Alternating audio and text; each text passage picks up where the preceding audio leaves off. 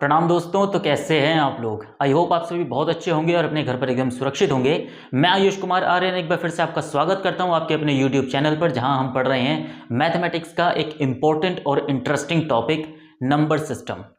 Number system में हम पढ़ रहे हैं टाइप्स ऑफ नंबर्स, और टाइप्स ऑफ नंबर्स में आज हम पढ़ेंगे इर्रेशनल नंबर्स के बारे में। But before we studying about irrational numbers, we need to understand about terminating and repeating decimals. Terminating और रिपीटिंग डेसिमल्स क्या होते हैं, इसके बारे में हमने लास्ट लेक्चर में डिस्कस किया हुआ है। अगर आपने वो लेक्चर अटेंड नहीं किया है तो लिंक डिस्क्रिप्शन बॉक्स में आपको मिल जाएगा, जा करके एक बार अटेंड कर लीजिएगा। लेकिन यहाँ पर हम टर्मिनेटिंग और रिपीटिंग डेसिमल्स के बारे में थोड़ा सा जान लेते हैं। देखिए, टर्मिनेटिंग डेसिमल्स वो डेसिमल्स होते हैं जो डेसिमल के बाद कुछ लिमिटेड डिजिट्स आती हैं और रुक जाती हैं, वो होते हैं हमारे टर्मिनेटिंग डेसिमल्स। रिपीटिंग डेसिमल्स इसके उल्टे होते हैं। मतलब रिपीटिंग डेसिमल्स में डेसिमल्स के बाद कुछ एक पैटर्न होता है जो बार बार रिपीट होता रहता है और ये इनफाइनाइट तक जाता है। मतलब ये रुकता नहीं है, ये बढ़ता ही जाता है, आगे रिपीट होता ही जाता है। ऐसे होते हैं हमारे रिपीटिंग डेसिमल्स। रिपीटिंग डेसिमल्स को हम बार नोटेशन से डिनोट करते थे। मतलब जो भी पैटर्न हमारा रिपीट होता था उसको हम एक बार में लिखते और उसके ऊपर बार लगाते। उसका मतलब होता था कि वो बार बार रिपीट होता है। इसे हम बार नोटेशन से रिप्रेजेंट करके रिपीटिंग डेसिमल्स को हम दर्शाते थे। आपने समझ लिया टर्मिनेटिंग डेसिमल क्या होते हैं, रिपीटिंग डेसिमल्स क्या होते हैं। अब बात करते हैं इर्रेशनल नंबर्स के बारे में। लेकिन इर्रेशनल नंबर्स को जानने से पहले थोड़ा सा और हम जान लेते हैं रेशनल नंबर्स के बारे में, क्योंकि रेशनल का उल्टा ही इर्रेशनल नंबर है। रेशनल नंबर क्या होते थे? जिन्हें हम फ्रैक्शन की फॉर्म में लिखते हैं, मतलब पी बाई क्यू की फॉर्म में लिखते थे। वहाँ पर पी बाई क्यू हमारे को प्राइम नंबर्स होते थे या फिर इंटीजर्स हम कह सकते हैं। एंड उसका जो डिनोमिनेटर होता है यानी क्यू जो होता है उसे हम कभी भी जीरो के बराबर नहीं लिख सकते थे, क्योंकि डिनोमिनेटर अगर जीरो हो गया, डिनोमिनेटर अगर जीरो ही हो गया तो ये पूरा का पूरा फ्रैक्शन ही खराब हो जाएगा, बात इन्फिनिट तक पहुंच जाएगी।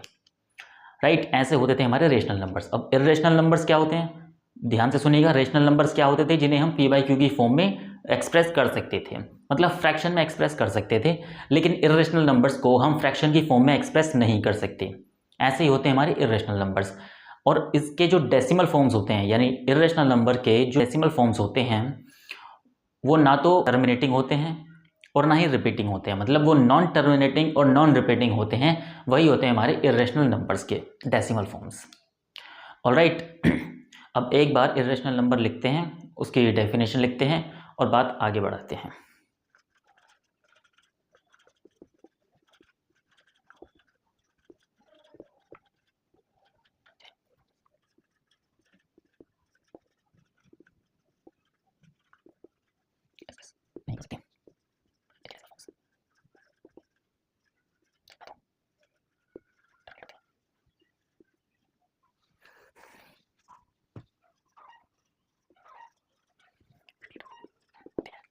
राइट, चलिए एक बार पढ़ लेते हैं। इर्रेशनल नंबर्स वो नंबर्स होते हैं जिन्हें फ्रैक्शन की फॉर्म में एक्सप्रेस नहीं कर सकते। इनके डेसिमल फॉर्म्स ना तो टर्मिनेट होते हैं और ना ही रिपीट होते हैं। जैसा मैंने आपको पहले ही बताया था कि इनके जो डेसिमल फॉर्म्स होते हैं उन्हें ना तो हम टर्मिनेट कर सकते हैं ना ही रिपीट होते हैं। ऐसे होते हैं हमारे इर्रेशनल नंबर्स। फॉर एग्जांपल हम देख लेते हैं अंडर रूट 2। अंडर रूट 2 क्या होता है? हमारा इर्रेशनल नंबर होता है। अब इसकी अगर हम वैल्यू लिखें 1.414, अब आप सोच रहे होंगे इसकी वैल्यू तो यहाँ पर ख़त्म हो गई, कोई नंबर भी आगे, कोई पैटर्न भी आगे रिपीट नहीं हो रहा, फिर ये इर्रेशनल नंबर क्या है? तो मैं आपको बता दूं कि अंडर रूट 2 की ये वैल्यू होती है वो एग्जैक्ट वैल्यू नहीं होती, ये होती है हमारी अप्रॉक्सीमेट वैल्यू। ये अप्रॉक्सीमेट का साइन होता है, मतलब ये हमारी एग्जैक्ट वैल्यू नहीं है अंडर रूट 2 की। ये केवल कैलकुलेशन के लिए हम यूज़ कर सकते हैं ताकि कैलकुलेशन आसान बन सके। बट 1.414 के आगे भी कुछ और नंबर्स आते हैं।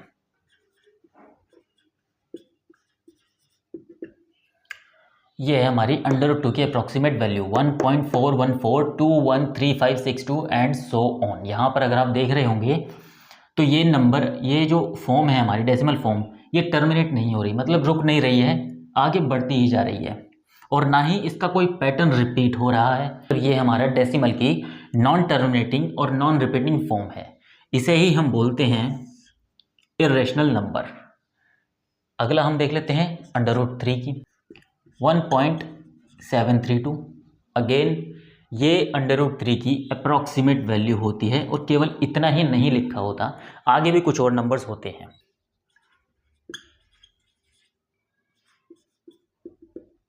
सी, √3 की जो वैल्यू होती है, अप्रॉक्सीमेट जो वैल्यू होती है वो होती है 1.7320508087 एंड सो ऑन।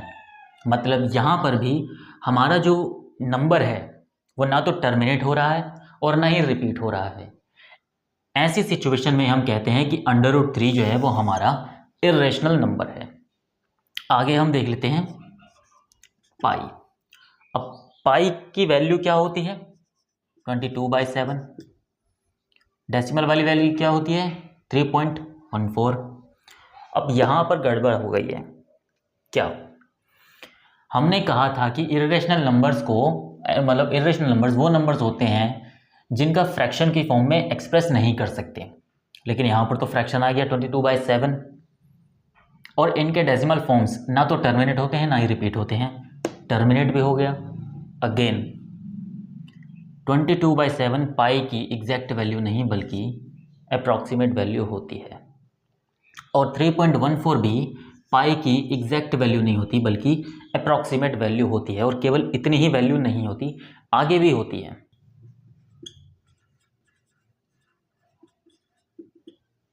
जैसा कि आप लोग देख रहे हैं, पाई की जो अप्रॉक्सीमेट वैल्यू 22/7 है, एग्जैक्ट वैल्यू नहीं है। अगर ये एग्जैक्ट वैल्यू होती तो पाई हमारा इर्रेशनल नंबर होता ही नहीं, क्योंकि इर्रेशनल नंबर की जो डेफिनेशन है वो यही कहती है कि इर्रेशनल नंबर्स को हम फ्रैक्शन की फॉर्म में एक्सप्रेस नहीं कर सकते, लेकिन ये तो फ्रैक्शन है। इसीलिए 22/7 जो है वो पाई की अप्रॉक्सीमेट वैल्यू है, एग्जैक्ट वैल्यू नहीं है। डेसिमल वाली वैल्यू जो होती है वो 3.141592653 अप टू सो ऑन। यहाँ पर भी आप देख सकते हैं कि डेसिमल वाली जो फॉर्म है पाई की वो ना तो रिपीट हो रही है, मतलब उसका कोई भी पैटर्न रिपीट नहीं हो रहा, और ना ही टर्मिनेट हो रहा है, मतलब ये आगे बढ़ता ही जा रहा है, इनफाइनाइट तक जाता है। इसीलिए पाई भी हमारा एक इर्रेशनल नंबर होगा। समझ में आ गया? यहाँ पर हमने पढ़ा √2, √3 और पाई, ये तीनों के तीनों हमारे इर्रेशनल नंबर्स होते हैं। इर्रेशनल नंबर की हमने डेफिनेशन बहुत अच्छे से समझ ली। इर्रेशनल नंबर्स वो नंबर्स होते हैं जिन्हें हम फ्रैक्शन की फॉर्म में एक्सप्रेस नहीं कर सकते, अर्थात इनका जो डेसिमल फॉर्म है वो नॉन टर्मिनेटिंग और नॉन रिपीटिंग होता है। क्लियर? अब आगे बढ़ते हैं और इर्रेशनल नंबर्स की कुछ प्रॉपर्टीज डिस्कस करते हैं। Properties of irrational number. Number 1 property क्या कहती है कि इर्रेशनल नंबर की जो डेसिमल फॉर्म है वो इनफाइनाइट तक जाती है और कभी रिपीट नहीं होती। यही है हमारी इर्रेशनल नंबर की पहली प्रॉपर्टी, जो मैं पहले ही आपको अच्छे से बता चुका हूँ। क्या कहते हैं कि इनके डेसिमल फॉर्म्स इनफाइनाइट तक जाते हैं। इंग्लिश लैंग्वेज है, अच्छे से समझ सकते हैं आप। और कभी रिपीट नहीं होते, मतलब नॉन टर्मिनेटिंग और नॉन रिपीटिंग होते हैं। यही हमारी पहली प्रॉपर्टी है। दूसरी प्रॉपर्टी में देखते हैं हम कि अगर हमें एक रेशनल नंबर मिल जाए, रेशनल नंबर मतलब जिन्हें हम PYQ की फॉर्म में एक्सप्रेस कर सकते हैं, और एक इर्रेशनल नंबर हो, इन दोनों को अगर हम ऐड कर दें तो इनका रिजल्ट क्या आएगा? ध्यान से देखिएगा, इनका रिजल्ट आएगा इर्रेशनल। मोस्टली, यहाँ पर मोस्टली मैंने क्यों लिखा है? क्योंकि कुछ एक्सेप्शंस भी हैं इसमें। अगर हम कुछ एक्सेप्शंस को हटा दें तो रेशनल प्लस इर्रेशनल का जो रिजल्ट है वो हमारा इर्रेशनल ही मिलता है। यह है हमारी सेकंड प्रॉपर्टी। थर्ड प्रॉपर्टी है, अगर हमें एक रेशनल नंबर मिल जाए और एक इर्रेशनल नंबर मिल जाए, दोनों का अगर हम मल्टीप्लाई कर दें तो क्या आएगा हमारा? इर्रेशनल। रुको, इर्रेशनल आएगा। इसमें भी एक एक्सेप्शन है। एक्सेप्शन क्या है कि अगर हमारा जो रेशनल है वो 0 के इक्वल ना हो, मतलब अगर हमारा जो रेशनल है वो 0 नहीं है तो रेशनल इंटू इर्रेशनल की जो वैल्यू है वो इर्रेशनल ही आएगी। क्यों आएगी देख लेते हैं। मान लेते हैं कि इर्रेशनल नंबर हमारे पास √2 है, रेशनल नंबर हमने ले लिया 0, राइट। 0 एक रेशनल नंबर होता है, ध्यान दीजिएगा। अगर आपने रेशनल नंबर वाली जो वीडियो है वो नहीं देखी है तो उसका भी लिंक डिस्क्रिप्शन बॉक्स में मिल जाएगा, जा करके एक बार देख लीजिएगा। 0 हमारा एक रेशनल नंबर होता है, राइट। अब आपने इतना तो जानते ही हैं कि 0 के साथ हम किसी का भी मल्टीप्लाई कर दें उसका आंसर 0 ही आएगा। 0 के साथ हम √2 मल्टीप्लाई कर दें, 2 मल्टीप्लाई कर दें, 100 मल्टीप्लाई कर दें, 1000 मल्टीप्लाई कर दें, मैं खुद को अगर मल्टीप्लाई कर दूं तो मेरी भी वैल्यू 0 हो जाएगी, राइट। यानी 0 के साथ अगर हम किसी का भी मल्टीप्लाई कर दें तो उसकी वैल्यू 0 ही हो जाती है। अगेन 0 तो रेशनल होती है, रिजल्ट में क्या था इर्रेशनल। मतलब ये कि रेशनल यानी 0 के साथ अगर हम इर्रेशनल नंबर की मल्टीप्लाई कर दें तो हमारा आंसर रेशनल ही आएगा। नहीं समझे, एक बार फिर से देखो। थर्ड प्रॉपर्टी हमारी कहती है कि रेशनल के साथ अगर हम इर्रेशनल नंबर की मल्टीप्लाई कर दें तो हमारा आंसर इर्रेशनल आएगा। कब? जब हमारा रेशनल 0 ना हो, ठीक है। यानी हमारा जो रेशनल है वो 0 नहीं होना चाहिए, तभी हमारा जो आंसर है वो इर्रेशनल आएगा। लेकिन अगर हमारा रेशनल वाला पार्ट 0 हो गया तो हमारा जो रिजल्ट है वो भी रेशनल ही आएगा। ये कहती है हमारी थर्ड प्रॉपर्टी। फोर्थ प्रॉपर्टी कहती है हमारे पास एक इर्रेशनल नंबर हो और दूसरा भी इर्रेशनल नंबर हो, दोनों को कर दो हम ऐड कर देते हैं तो इसका आंसर रेशनल आ भी सकता है।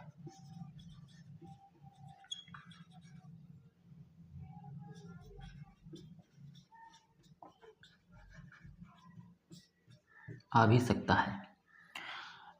इर्रेशनल प्लस इर्रेशनल कर दें तो इसका आंसर रेशनल आ भी सकता है। कब आ सकता है? एक छोटा सा एग्जांपल देख लेते हैं हम। अगर हमारे पास हो √2 -1 1 माइनस √2, क्या करना है हमें? ऐड करना है। तो पहले तो इनको खोल लेते हैं। √2 -1 +1 प्लस माइनस माइनस √2 -1 + 1 खत्म, प्लस का √2 माइनस का √2 खत्म, क्या आया? 0। और 0 क्या होता है? रेशनल। समझ गए? एक बार फिर से समझ लेते हैं। एग्जाम्पल के लिए अगर हमारे पास हो √2 -1, इसके साथ हम प्लस कर देते हैं 1 माइनस √2। देखिए ये भी इर्रेशनल है और ये भी इर्रेशनल है, दोनों को हम ऐड करते हैं और ब्रैकेट को अगर हम ओपन करें √2 -1 प्लस आएगा, प्लस का 1 आएगा, प्लस माइनस माइनस आएगा, √2 आएगा, प्लस का √2 माइनस का √2 खत्म, -1 + 1 खत्म, आंसर क्या आएगा? 0। और 0 हमारा होता है रेशनल नंबर। इसीलिए इर्रेशनल और इर्रेशनल को अगर हम ऐड कर दें तो कुछ कुछ ऐसी सिचुएशंस आ जाती हैं जहां पर हमारा आंसर रेशनल आ भी सकता है। फिफ्थ प्रॉपर्टी है हमारी इर्रेशनल और दूसरा भी इर्रेशनल। अब इस बार हम दोनों को मल्टीप्लाई कर देते हैं, आंसर यही सेम आएगा। कैसे आएगा? अगर हमारे पास √2 हो, इर्रेशनल हो, और दूसरा भी हमारे पास √2 हो, ये भी इर्रेशनल हो, दोनों को मल्टीप्लाई कर दो, क्या आएगा? 2 आएगा। और 2 क्या होता है हमारा? रेशनल नंबर होता है। समझ गए? 2 क्या होता है हमारा? रेशनल नंबर होता है। तो ये हमारी कुछ प्रॉपर्टीज़ हैं इर्रेशनल नंबर्स की। अब इर्रेशनल नंबर को हमें फाइंड आउट करने के लिए पूछा जाता है। मतलब हमने बता तो दिया कि √2 एक इर्रेशनल नंबर है, लेकिन √2 इर्रेशनल नंबर क्यों है? कई बार ऐसा भी क्वेश्चन आ जाता है कि प्रूव करो दैट √2 इज इर्रेशनल नंबर। ऐसे में हम क्या करेंगे? तो आइए, बहुत ही अच्छा प्रूवमेंट है, हम एक बार इस क्वेश्चन को भी देख लेते हैं।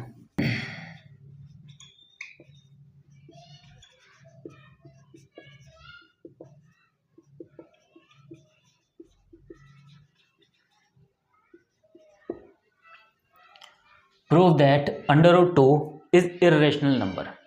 हमें प्रूव करना है कि √2 एक इर्रेशनल नंबर है। हमने एग्जाम्पल के साथ तो बहुत बार देख लिया और हमने ऐसे ही बोल दिया कि √2 एक इर्रेशनल नंबर है, लेकिन क्यों है इर्रेशनल नंबर हम ये जान लेते हैं। अब इसे इर्रेशनल प्रूव करने से पहले हम एक अजम्पशन लेते हैं, एज्यूम करते हैं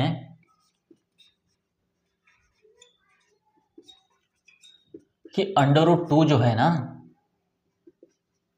वो एक रेशनल नंबर है। जी हाँ, √2 इज रेशनल नंबर, ये हमने अज्यूम किया हुआ है। अब √2 अगर रेशनल नंबर है तो रेशनल नंबर क्या होता है, जिसे हम p/q की फॉर्म में या a/b की फॉर्म में लिख सकते हैं, राइट। √2 अगर रेशनल नंबर है तो हम √2 को a/b की फॉर्म में लिख सकते हैं, जहां पर हमारा a और b को प्राइम नंबर्स होते हैं और b जो है हमारा 0 के बराबर नहीं आना चाहिए। यह होती है हमारी पहली प्रॉपर्टी रेशनल नंबर की। अब यहाँ से अंडर रूट को हटाने के लिए हम स्क्वायरिंग बोथ साइड्स कर देते हैं। क्या आ जाएगा हमारा 2 इक्वल्स a² इक्वल्स आ जाएगा हमारा 2b²। यहाँ से हमें क्या देखने को मिलता है, a² इक्वल्स 2b²। यहाँ हम क्लियरली देख सकते हैं कि जो हमारा a² है वो 2 से डिविजिबल है, मतलब a² is divisible by 2। a² is divisible by 2, तो a भी हमारा डिविजिबल होगा 2 से, राइट। अब लेट कर लेते हैं हम a equals 2k where k is any integer. हमने लेट कर लिया है a को, हमने किसी 2k के बराबर हमने लेट कर लिया है, जहाँ पर k हमारा कोई भी एक इंटीजर है, ठीक है। अब इसमें हम कर देते हैं स्क्वायरिंग बोथ साइड्स, तो क्या आ जाएगा a² इक्वल्स 2k का होल स्क्वायर। a² की जगह हम डाल देंगे 2b² जो यहाँ पर है, 2b² इक्वल्स, इसको हम स्क्वायर खोलेंगे तो 4k² आ जाएगा, राइट। इसे हम यहाँ पर लिख सकते हैं 2b² इक्वल्स 4k²। 2 से 4 को कैंसिल कर दो, क्या आ जाएगा b² इक्वल्स 2k²। यहाँ पर भी b² इज डिविजिबल बाय 2, तो b क्या होगा, वो भी हमारा डिविजिबल बाय 2। या हम साफ साफ देख सकते हैं कि a is divisible by 2, b is also divisible by 2। Here a and b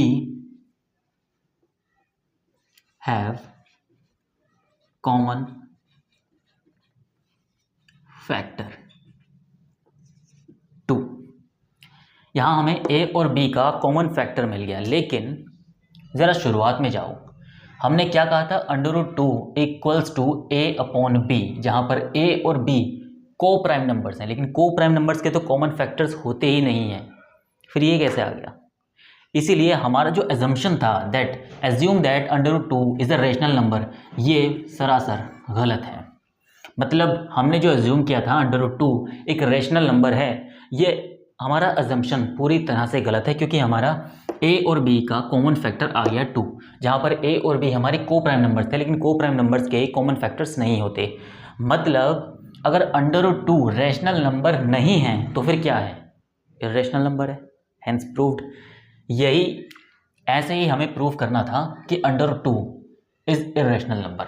देखिए एक बार फिर से समझा देता हूँ। हमारे पास क्वेश्चन था कि prove that √2 is irrational number. अब हम इरेशनल नंबर डायरेक्टली इसको प्रूव नहीं कर सकते, ठीक है, तो हमें पहले √2 को रेशनल नंबर एज्यूम करना पड़ा। एक मिनट के लिए इसको हटा देता हूँ। हमने √2 को रेशनल नंबर एज्यूम करा। रेशनल नंबर की प्रॉपर्टीज़ के अकॉर्डिंग √2 को हम a/b की फॉर्म में लिख सकते हैं, जहाँ पर a और b हमारे को प्राइम नंबर्स हैं और b को को प्राइम नंबर्स या इंटीजर्स कहो, और b हमारा 0 के बराबर नहीं होना चाहिए, यानी डिनोमिनेटर हमारा 0 के बराबर नहीं होना चाहिए। अब दोनों का हमने स्क्वायरिंग बोथ साइड्स कर दिया। यहाँ पर √2 है, इसका हम स्क्वायर करेंगे, अंडर हट जाएगा, केवल 2 बचेगा।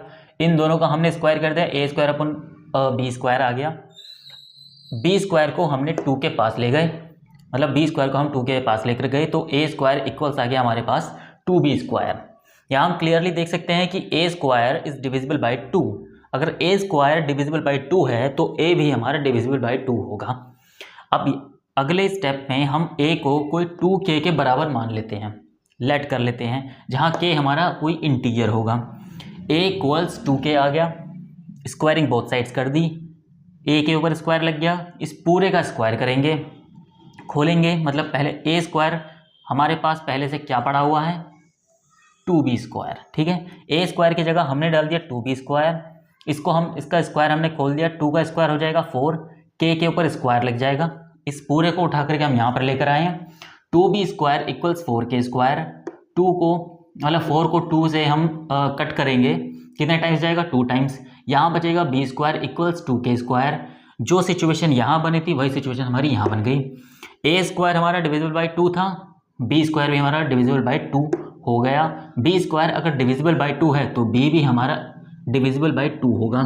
यहाँ पर a भी हमारा डिविजिबल बाई 2 हो गया, b भी हमारा डिविजिबल बाई 2 हो गया, यानी a और b हैव कॉमन फैक्टर 2। लेकिन को प्राइम नंबर्स के तो कॉमन फैक्टर्स होते ही नहीं हैं, इसीलिए हमारा एजम्पशन पूरी तरह से गलत है कि √2 is rational number. No, √2 is not rational, √2 is irrational. Assume किया था ना हमने कि √2 एक रेशनल नंबर है, अब रेशनल नंबर नहीं है तो क्या है, इरेशनल नंबर है। यही हमें प्रूफ करना था। ओके, आई होप आपको पूरी तरह से समझ में आ गया होगा। अगर नहीं समझ आया है तो क्लास को एक बार फिर से रिवाइंड करके देख लीजिए, आपको अच्छे समझ में आ जाएगा। कल आज के लिए इतना ही, मिलते हैं अगले लेक्चर में, तब तक के लिए धन्यवाद। जय हिंद।